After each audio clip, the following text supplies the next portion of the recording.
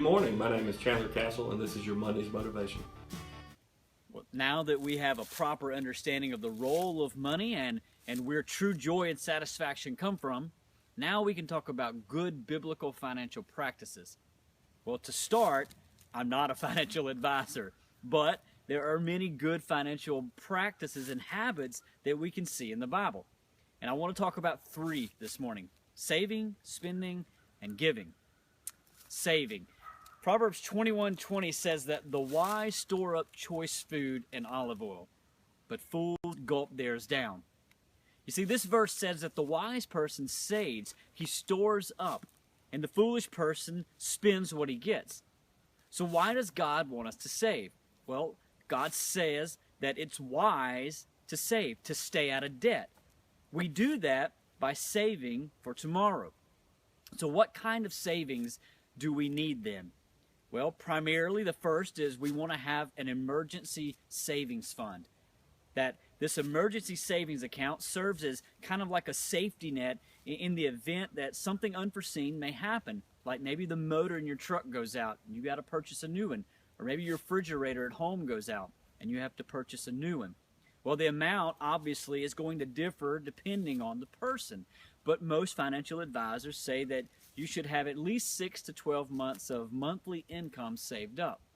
Now, you should also be saving long term. This would be like a traditional savings account or a retirement plan, or more likely, probably both. You see, saving is really about making the money work for you. Let's take this analogy. Say that there's a young couple that made a whopping $12,000 a year, and they put $1,000 a year into savings with 6% yearly interest compounded. Now, in 15 years, they would have a little more than $24,600 in their account. Now, think about it. This is huge. If you were to have to buy a larger house as your family grows, this would be a big deal. Or maybe one of your kids goes off to college. This would be a big deal for you. And they could still withdraw $2,000 a month for 10 years and still have over $15,000 left. You see, so God wants us to save for tomorrow.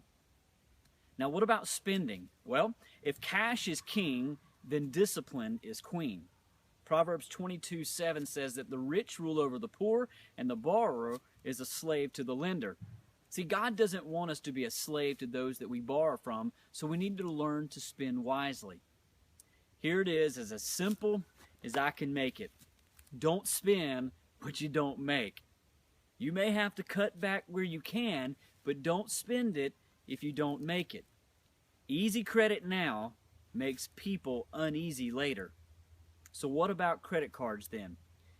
Well, many advisors say that you shouldn't buy anything on a credit card. The only thing on credit you should buy is a house. And again, I'm not a financial advisor, but I do believe that if you're in a disciplined habit already of buying things on a credit card and paying them off every month for the sole benefit of reaping the rewards and benefits from that card, then I think it's okay that you could do that. But if you're in the habit of purchasing things on your card but always having a problem when it comes to paying them off at the end of the month, then you should probably seriously think about cutting the credit cards up and going to more of a cash-based way of spending.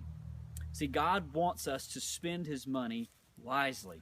I mean, as we've already learned, that real satisfaction comes from our relationship with Jesus and not from the stuff. So spend wisely. Now, what about giving? Well, one of the primary reasons that God wants you to be financially secure is that so that you will have more to give away. That's right. God wants you to save and to spend wisely so that you would have more to give away. Now, there's a couple that I know that understands this quite well. The husband, he worked a decent job paying the bills, but they weren't well off by any means. I mean, they did what they could to stay out of debt, and they lived under their means so that they could give more. Well, the wife started a small business, and it was new, and it didn't make a lot of money each year, but they just kept saving what was made.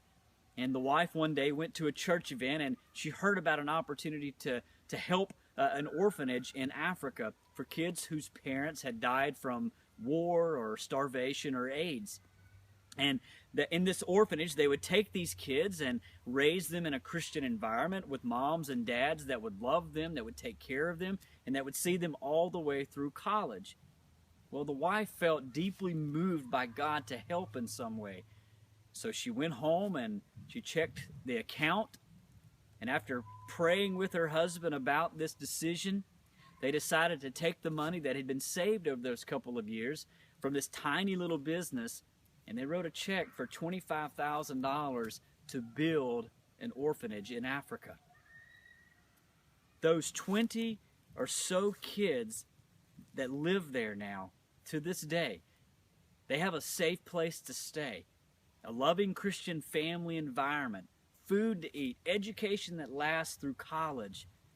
And they have all of this because this husband and wife were serious about saving, that they wanted to spend wisely so that they could give like God wanted them to.